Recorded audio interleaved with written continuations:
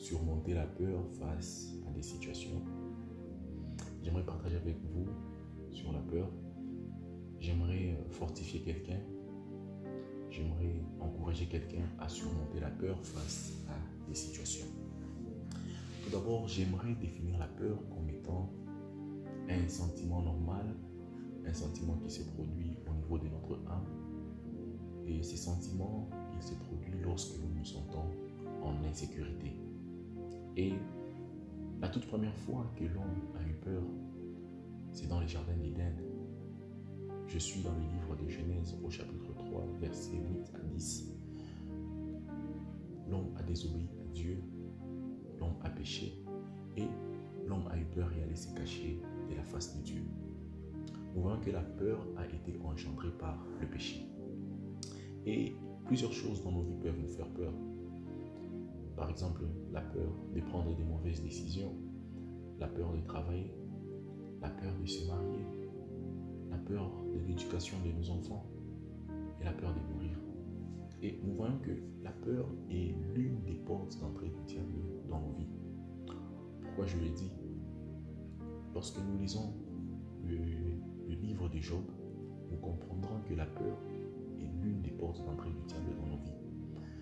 Je suis dans Job au chapitre 3, versets 25 à 26. Nous voyons que Job réalise que la peur était l'une des portes d'entrée du diable dans sa vie. Et vous allez sûrement vous poser la question de savoir de quoi Job avait-il peur. Dans Job au chapitre 1, verset 5, nous voyons que Job avait pour coutume de faire des sacrifices à Dieu pour ses enfants. En soi, il se disait que peut-être que mes enfants ont péché. Et on voit que Job avait peur de perdre ses enfants. Job avait peur que le diable vienne prendre la vie de ses enfants. Job avait peur de perdre sa richesse. Et c'est pour cette raison qu'il a réalisé que ce qui arrivait, c'est ce qu'il craignait, c'est ce qui lui arrivait. Et il a dit dans le livre de Job au chapitre 3, versets 25 à 26. Nous voyons que la peur ouvre des portes au diable dans nos vies. Et bien aimés, en tant qu'enfants de Dieu, nous n'avons pas à avoir peur. Nous avons été créés pour dominer sur la peur. Nous avons été créés pour surmonter la peur. Et il y a une histoire dans la Bible où les disciples étaient avec Jésus-Christ dans la barque. Et pendant qu'ils étaient dans la barque, il y avait une tempête. Nous voyons que les disciples criaient de peur. Ils criaient de peur. Mais Jésus-Christ était dans son coin, en train de dormir.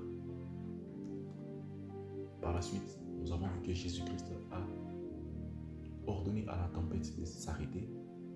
Bien aimé, c'est pour vous dire que lorsque la tempête vient dans nos vies, nous devons ordonner à la tempête de s'arrêter, comme ce que Jésus-Christ a fait. Nous voyons que Jésus-Christ, il est le seul qui nous délivre de nos peurs.